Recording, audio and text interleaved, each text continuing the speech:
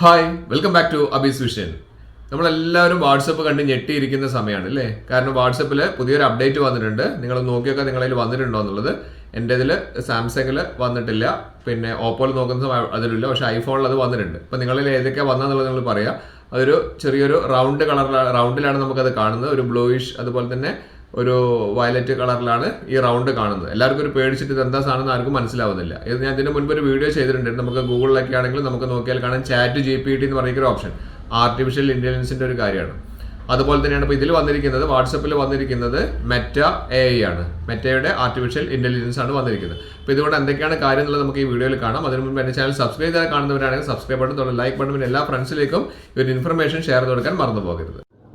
Mobile open ചെയ്ത ശേഷം വാട്സപ്പിൽ AI ആർട്ടിഫിഷ്യൽ ഇന്റലിജൻസ് ഇപ്പോൾ പുതിയതായിട്ട് വന്നിട്ടുണ്ട്. മെറ്റ AI എന്നുള്ള പേരിലാണ് വന്നിരിക്കുന്നത്. അതാണ് എല്ലാവർക്കും ഒരു ടെൻഷൻ. നമുക്കിവിടെ കാണാം, പ്ലസ് ഐക്കൺ കാണാം ഏറ്റവും ടോപ്പിൽ. അതിന് തൊട്ടടുത്തൊരു ക്യാമറ കാണാം. അതിൻ്റെ തൊട്ടടുത്ത് ഒരു ബ്ലൂ വയലറ്റ് കളറിൽ ഒരു റൗണ്ട് കാണുന്നുണ്ട്. അതാണ് ആർട്ടിഫിഷ്യൽ ഇന്റലിജൻസിൻ്റെ ലോഗോ കാണിക്കുന്നത്. അവിടെ നിന്ന് ക്ലിക്ക് ചെയ്ത് കഴിഞ്ഞാൽ നമുക്കിവിടെ കാണാം, ആ ഒരു ലോഗോ വലുതായിട്ട് കാണുന്നുണ്ട്.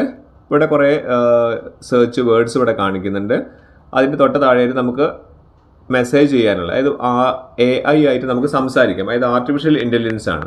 നമുക്ക് എന്ത് കാര്യങ്ങൾ ചോദിച്ചാലും നമുക്ക് അതിന് ആൻസർ ഈ പറഞ്ഞിരിക്കുന്ന ആർട്ടിഫിഷ്യൽ ഇൻ്റലിജൻസ് തരും. നമുക്ക് ജസ്റ്റ് ഒന്ന് ഒരു ഹായ് നമുക്ക് AIയോട് പറയാം. അപ്പോൾ ഞാൻ ജസ്റ്റ് ഒരു ഹായ് കൊടുത്തിട്ടുണ്ട്. അപ്പോൾ അതിന് റിപ്ലൈ തരികയാണ്. അപ്പം ഒരു മനുഷ്യനോട് സംസാരിക്കുന്നത് പോലെ തന്നെയാണ് നമുക്ക് ഈ പറഞ്ഞിരിക്കുന്ന AIയോട് സംസാരിക്കുന്നത്. അപ്പോൾ പറയുകയാണ്, ഞാൻ AI ആണ്, ആർട്ടിഫിഷ്യൽ ഇൻ്റലിജൻസ് ആണ്, മെറ്റ AI എന്നാണ് എൻ്റെ പേരെന്നൊക്കെ അത് തന്നെ നമ്മളോട് പറയുന്നുണ്ട്. ഇനി നമുക്ക് എന്ത് കാര്യം വേണമെങ്കിലും നമുക്ക് ഇവിടെ ചോദിക്കാം. നമ്മൾ സാധാരണ ഗൂഗിളിലൊക്കെ സെർച്ച് ചെയ്യുന്ന പോലെ തന്നെ ഇനി ഗൂഗിളിലേക്കൊന്നും പോകേണ്ട ആവശ്യമില്ല. ഇവിടെ തന്നെ നമുക്ക് അതിന് ആൻസർ കിട്ടും. ഇപ്പോൾ ഇവിടെ ഞാനൊന്ന് പറയുകയാണ്, എനിക്കൊരു ബയോഡാറ്റ പ്രിപ്പയർ ചെയ്യണം, അതൊന്ന് പ്രിപ്പയർ ചെയ്തു തരും, അതിൻ്റെ ഒരു ഫോർമാറ്റ് തരുമോ ഞാൻ ഇവിടെ നിന്ന് ചോദിക്കുകയാണ്. Please prepare A biodata for me എന്ന് ഞാനൊന്ന് ടൈപ്പ് ചെയ്തു. ജസ്റ്റ് കൊടുക്കുന്ന സമയത്ത് തന്നെ പെട്ടെന്ന് തന്നെ നമുക്ക് ആ ബയോഡാറ്റയുടെ ഫോർമാറ്റ് നമുക്ക് ഓൺ ദി സ്പോട്ട് തന്നെ നമുക്ക് അയച്ചു തരുന്നത്. എന്തൊക്കെയാണ് ബയോഡാറ്റയിൽ കാര്യങ്ങൾ വെക്കേണ്ടത് എന്നുള്ള കാര്യങ്ങളൊക്കെ നമുക്ക് അയച്ചു തരുന്നുണ്ട്. അപ്പോൾ നമ്മൾ ആ ഡീറ്റെയിൽസ് ഒക്കെ കൊടുക്കുകയാണെങ്കിൽ ഒരു ബയോഡാറ്റ തന്നെ അത് പ്രിപ്പയർ ചെയ്ത് തരും, AI പ്രിപ്പയർ ചെയ്ത് തരും. ഇനി നമുക്ക് അടുത്തായിട്ട് നമുക്ക് മറ്റൊരു കാര്യം കൂടി ചോദിച്ചു നോക്കാം. ഇപ്പം നമ്മൾ സാധാരണ വീട്ടിലുള്ള കാര്യങ്ങളൊക്കെ ചോദിക്കുകയാണെങ്കിൽ നമുക്ക് ഒരു വീട്ടിലൊരു മീൻ കറി എങ്ങനെയാണ് ഉണ്ടാക്കുക എന്നുള്ളത് നമ്മളൊന്ന് ചോദിക്കുക, ഒരു ഫിഷ് കറി എങ്ങനെ ഉണ്ടാക്കുക എന്നുള്ളത് നമ്മൾ ചോദിച്ചാൽ എന്താണ് ഉത്തരം പറയാൻ നമുക്ക് നോക്കാം.